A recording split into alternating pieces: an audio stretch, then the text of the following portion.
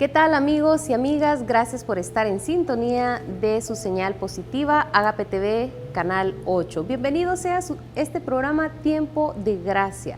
Rocío Sosa les saluda en esta hora compartiendo con ustedes este programa donde hoy aprenderemos un poco más acerca del Santo Vía Crucis. ¿Qué es el Santo Vía Crucis? ¿Por qué nosotros tenemos esta tradición dentro de la Iglesia Católica? ¿Con qué fin también se lleva a cabo y especialmente en tiempo de Cuaresma? Así que quédese con nosotros que hay mucho que aprender. Y vamos a dar inicio con la frase del día de hoy y dice de la siguiente manera: vale más una lágrima derramada en memoria de la pasión de Cristo que hacer una peregrinación a Jerusalén y ayunar a pan y agua durante un año. Y esto lo decía San Agustín de Hipona. Y qué tremendo lo que este santo enfatiza. Y él dice, vale más una lágrima. ¿Qué precio tiene una lágrima? ¿Cuándo tú has llorado? ¿Por qué has derramado tú una lágrima? Se pueden derramar lágrimas por varias emociones, por alegría, por felicidad, por realización, por dolor, por tristeza, por pesar en tu corazón.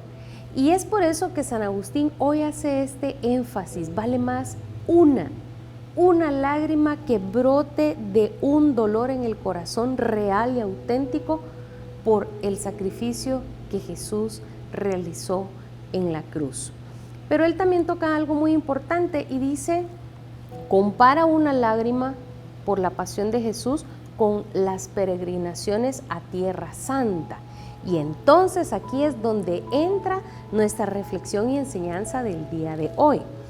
Después de que nuestro Señor Jesucristo murió en el Calvario y por supuesto vino Pentecostés y nació la iglesia, pues el evangelio se fue propagando en todas partes. Fue enviada esa semilla a todas las naciones porque así tenía que ser.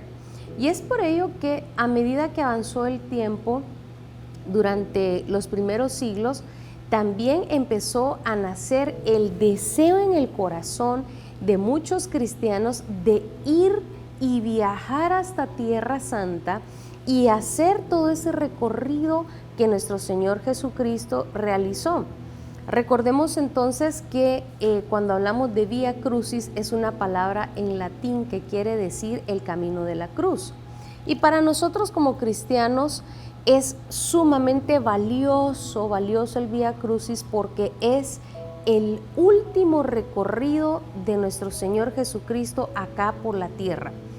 Son sus últimos pasos, ya no predicando, ya no sanando, aunque no dudo que hayan habido sanaciones todavía durante ese camino de la cruz que no están patentizadas acá, pero fueron los últimos pasos que nuestro Señor Jesucristo dio en esta tierra hasta llegar a la cruz del Calvario.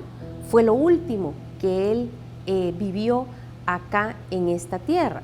Y por lo tanto, vuelvo nuevamente que muchísimos cristianos al conocer el Evangelio, al tener un encuentro con Jesús, al ser bautizados y la iglesia se empezó a expandir, empezó a nacer y a brotar ese deseo de visitar Tierra Santa.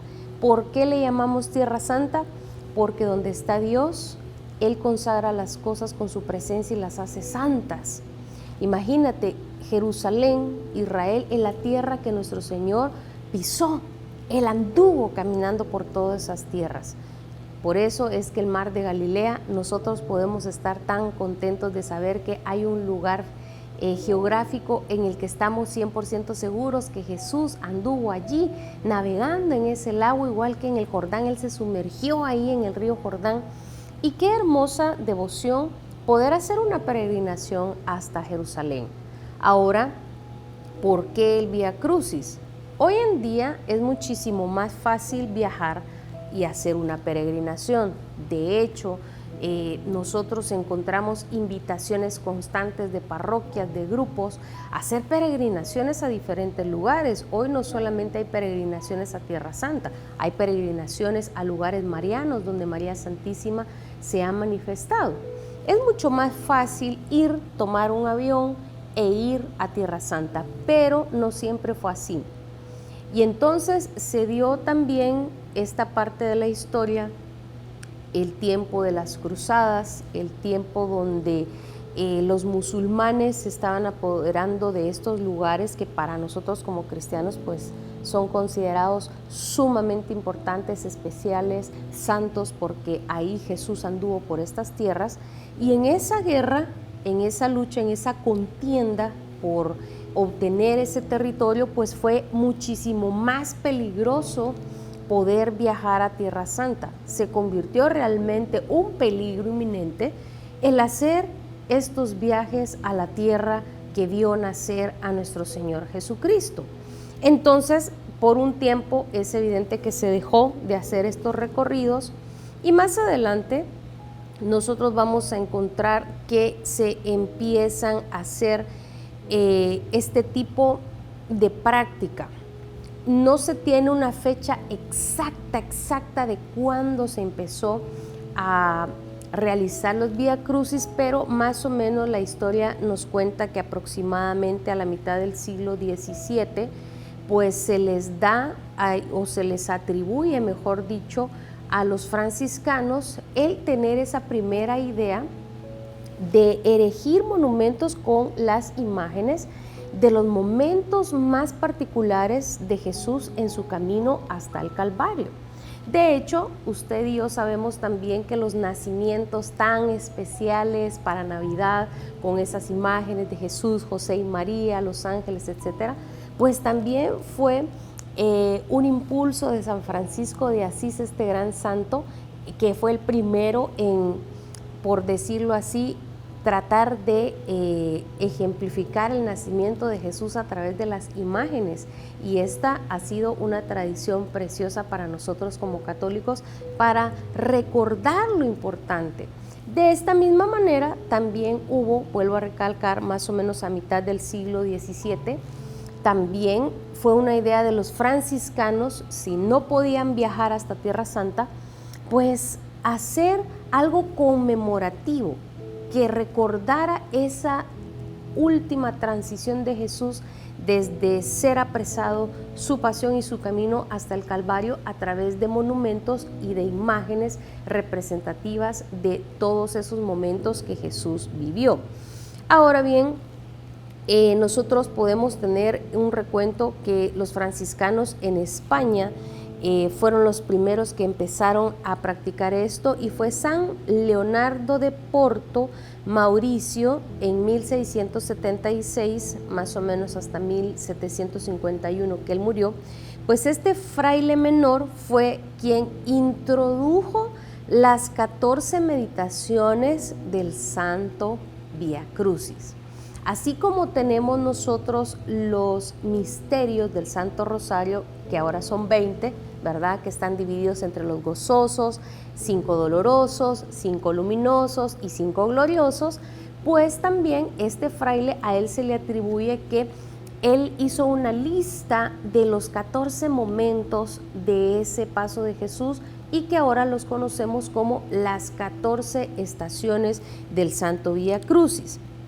Cabe mencionar, y lo voy a mencionar ahora también, que en 1991 su santidad Juan Pablo II, él instituyó la 15ª estación. En el día Viernes Santo, meditando en las 14 estaciones, San Juan Pablo II pues también adhirió la 15ª estación, porque no puede haber muerte de Jesús sin la resurrección. Así que podemos decir no que la amplió, sino que simplemente la completó esas estaciones con la 15ª, que es la resurrección de nuestro Señor Jesucristo. Así que ahora pues tenemos un recuento de 15 estaciones del Santo Vía Crucis. Ahora, Cuando nosotros hablamos acerca de dónde se celebra, quiero tomar este dato muy importante, en el Vaticano, allá donde se encuentra la sede, por decir, central de toda la Iglesia Católica alrededor del mundo, el Santo Vía Crucis se lleva a cabo en el Coliseo Romano. Y podemos preguntar, ¿y por qué se realiza ahí el Santo Vía Crucis? Bueno, en primer lugar se tomó, ¿verdad?, este edificio para poder realizar el Vía Crucis los viernes de Cuaresma y Viernes Santo, porque hay una conexión tan grande entre el martirio de Jesús y también todos los cientos y cientos de mártires que murieron en ese Coliseo, que murieron por Jesús, que dieron su sangre por Él, por el crucificado. Los romanos tuvieron una persecución acérrima ante las primeras comunidades cristianas y precisamente ahí murieron cientos y cientos de ellos por amor al Cristo crucificado. Y entonces es por ello que en el año 1750 el Papa Benedicto XIV, él convocó que se erigiera en este anfiteatro monumentos para ejemplificar las 14 estaciones. Entonces, en el Coliseo, yo nunca he ido, muy probablemente si usted ya fue, lo tendrá mejor y más claro. Mandó a erigir el Papa Benedicto XIV 14 estaciones en todo el Coliseo para realizar el Santo Vía Crucis, en memoria no solo de la pasión de Cristo, sino también de todos los mártires. 200 años más tarde, en 1959, Juan XXIII estableció el rito del Vía Crucis en el Coliseo. Y más tarde el Papa, gran Papa, el Papa Pablo VI, pues él también invitó y retomó esta reflexión de las 14 estaciones en el Coliseo. Ahora, el primer Vía Crucis precedido por Juan Pablo II en el Coliseo fue en 1979 y estuvo acompañado de la meditación, dice, del Papa Montini. Entonces acá, amado hermano, esto es importante que nosotros tomemos en cuenta que todo lo que se hace y se realiza dentro de la Iglesia Católica tiene un sentido para nosotros de enseñanza, tiene un sentido pedagógico, tiene un sentido también para no olvidar las cosas importantes de nuestra fe cristiana.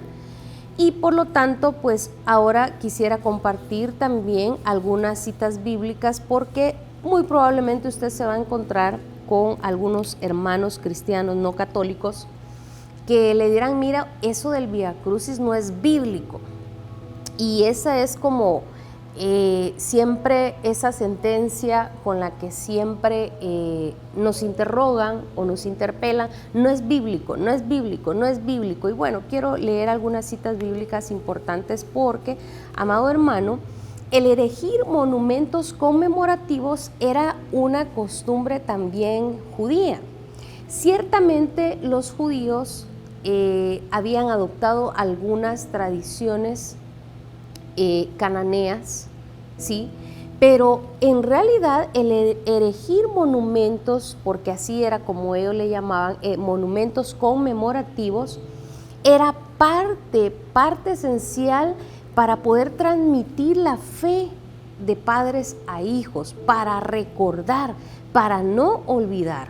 Y eso es efectivamente lo que son tanto los nacimientos como las estaciones o monumentos o imágenes del Santo Vía Crucis. Recordar, no olvidar lo que nuestro buen Dios hizo por cada uno de nosotros.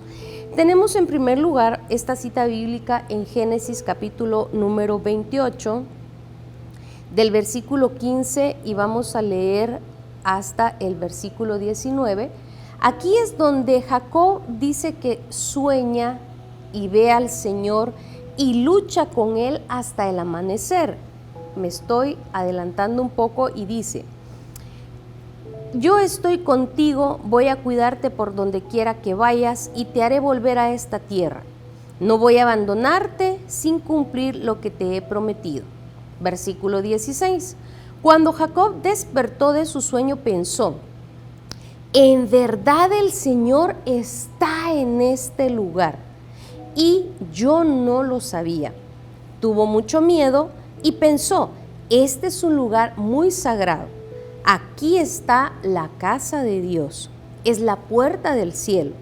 Al día siguiente, Jacob se levantó muy temprano, tomó una piedra que había usado como almohada, la puso de pie como un pilar y la consagró derramando aceite sobre ella. En ese lugar había antes una ciudad que se llamaba Luz, pero Jacob le cambió el nombre y le puso Betel. Betel quiere decir casa de Dios. Palabra de Dios, te alabamos, Señor. Encontramos acá entonces que Jacob mismo, que es Israel, porque el Señor le cambió el nombre, él mismo erigió un pilar. Jacob, que definitivamente él es el que vino también a empujar todas las promesas de nuestro Señor, porque es el Dios de Abraham, de Isaac y de Jacob. Dice que después de haber tenido ese encuentro con el Señor, él dijo, este lugar es santo, aquí se manifestó Dios, y entonces él erigió una piedra, la puso como pilar, o sea, en palabras más populares, la paró, y dice, la ungió con aceite.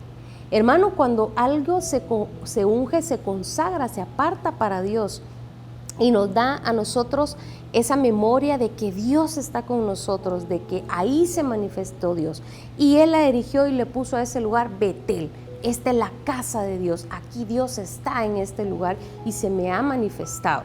De hecho, esta tradición o esta costumbre oriental se hacía no solamente por manifestaciones divinas, también se erigían monumentos conmemorativos por victorias durante la guerra, también se hacían monumentos conmemorativos por pactos que se lograban hacer y principalmente también por las manifestaciones divinas del Señor. Ahora nos vamos a ir a Génesis capítulo número 31, Génesis 31, versículo 54.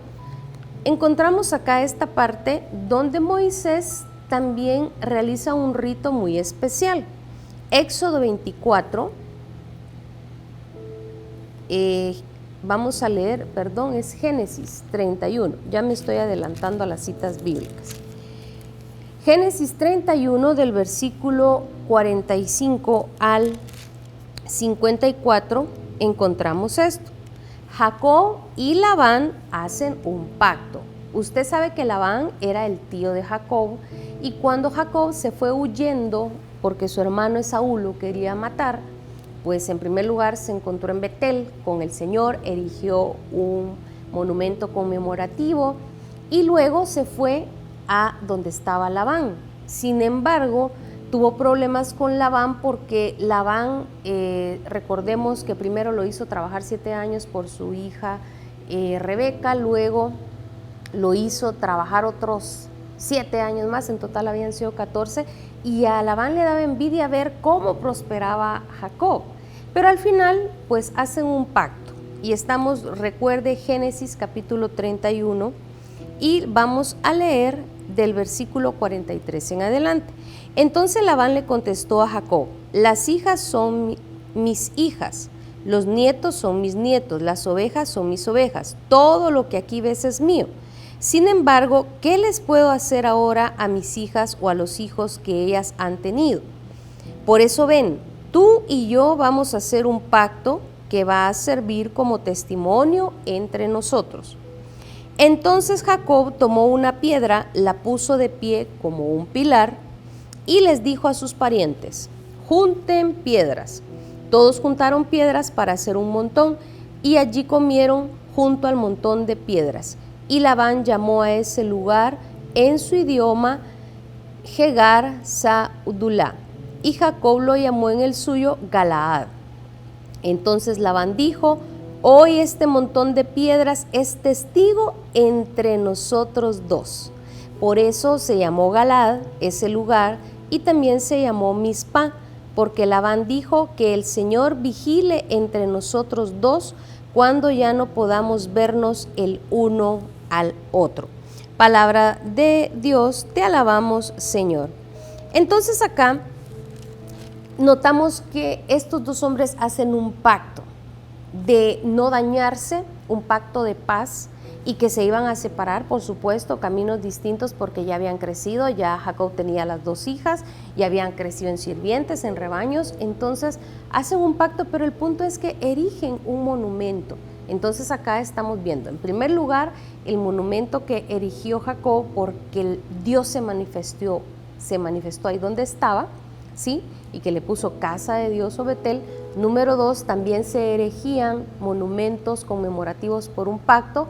Y número 3, también se erigían por victorias de guerra. Y es lo que vamos a leer ahora. Ahora nos vamos a ir al primer libro de Samuel, en el capítulo número 7 y versículo 12 en adelante.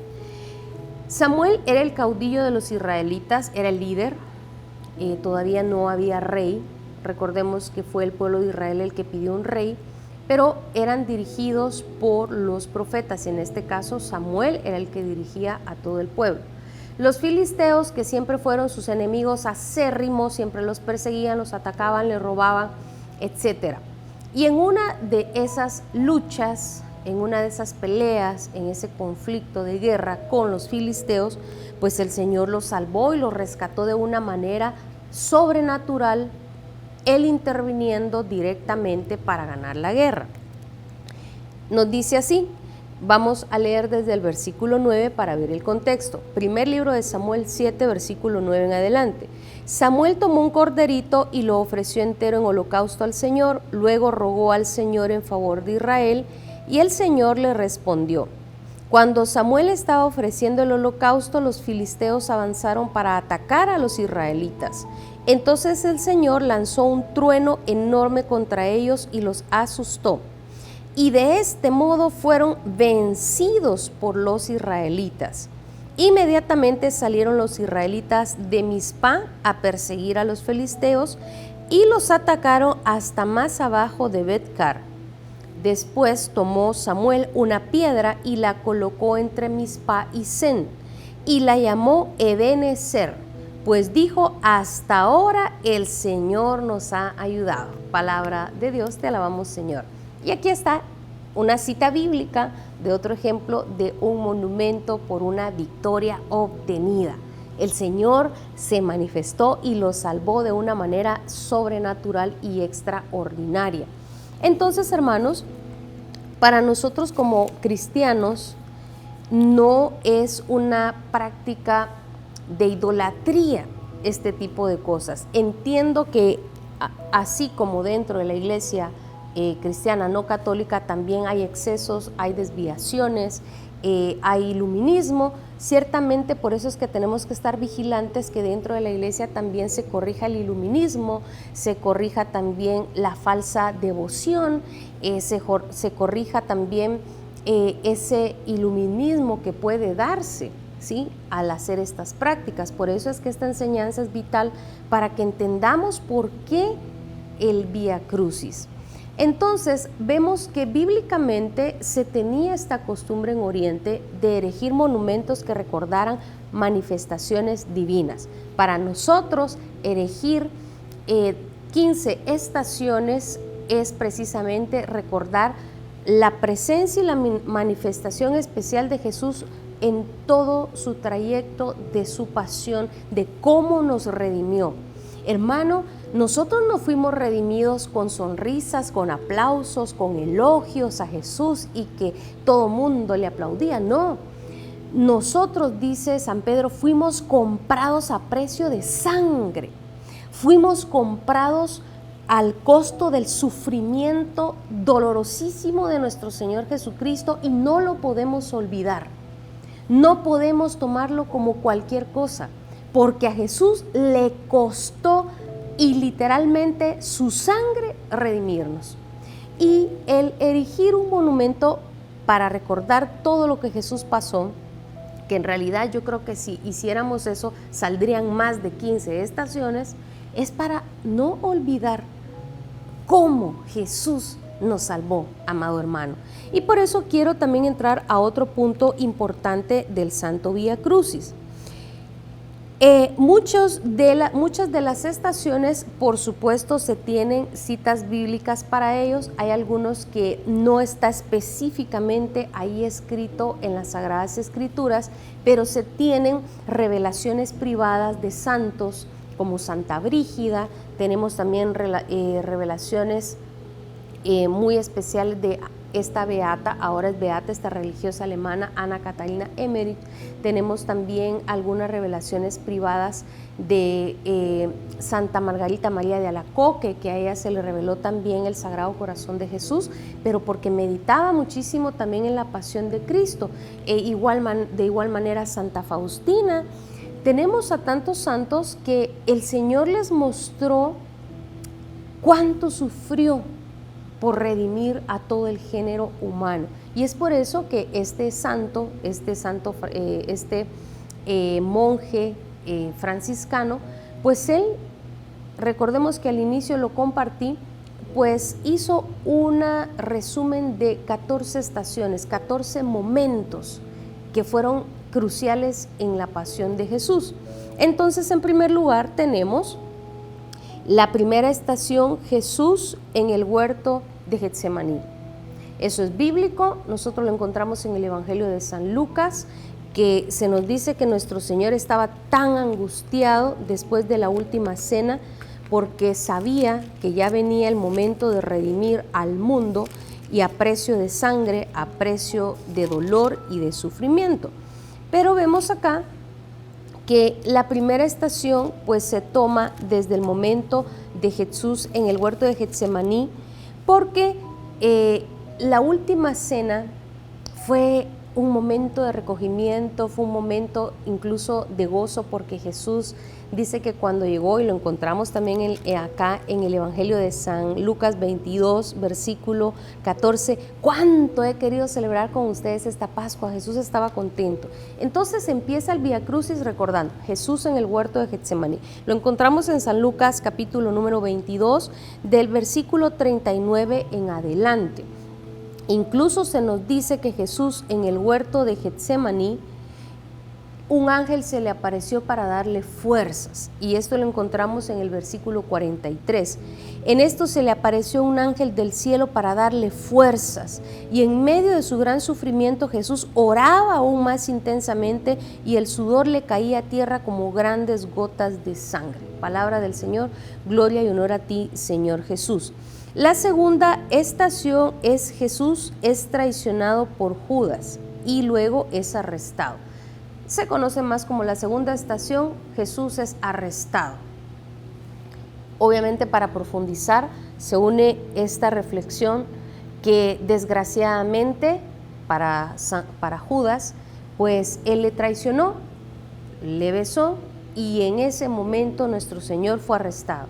Hermano, yo nunca he sido arrestado, tal vez usted tampoco, pero qué duro, qué momento más terrible para una persona ser arrestado, ser tratado como un criminal, ser tratado sin derechos, injustamente. Y hermano, no podemos olvidar que nuestro Señor Jesucristo pasó por un momento así tan horrible, de ser arrestado injustamente, acusado, vapuleado, escupido, ofendido y traicionado por un amigo, pero dejémoslo que fue arrestado. La tercera estación, Jesús es condenado por el Sanedrín, fue condenado a muerte. Vuelvo a recalcar esta parte, qué duro estar en un tribunal y que el juez diga su sentencia, él es culpable y está condenado a muerte. La cuarta estación, Pedro niega 3 veces a Jesús. Lo encontramos también en el Evangelio de San Lucas, que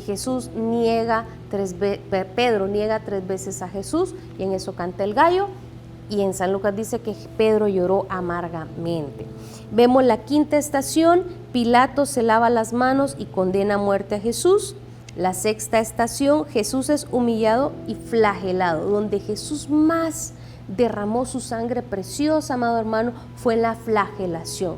La sábana santa de Turín nos muestra un sinfín de heridas en el cuerpo de nuestro Señor, y nos dice que hay hasta surcos, se fue desollado, despellejado. La sábana santa muestra incluso heridas profundísimas, como surcos en el cuerpo de nuestro Señor Jesucristo. La séptima estación, Jesús carga con la cruz a cuestas. La 12ª, Jesús es ayudado por el cirineo. La 9ª, Jesús llora por las mujeres de Jerusalén, también está en las Sagradas Escrituras. La 10ª estación, Jesús es crucificado.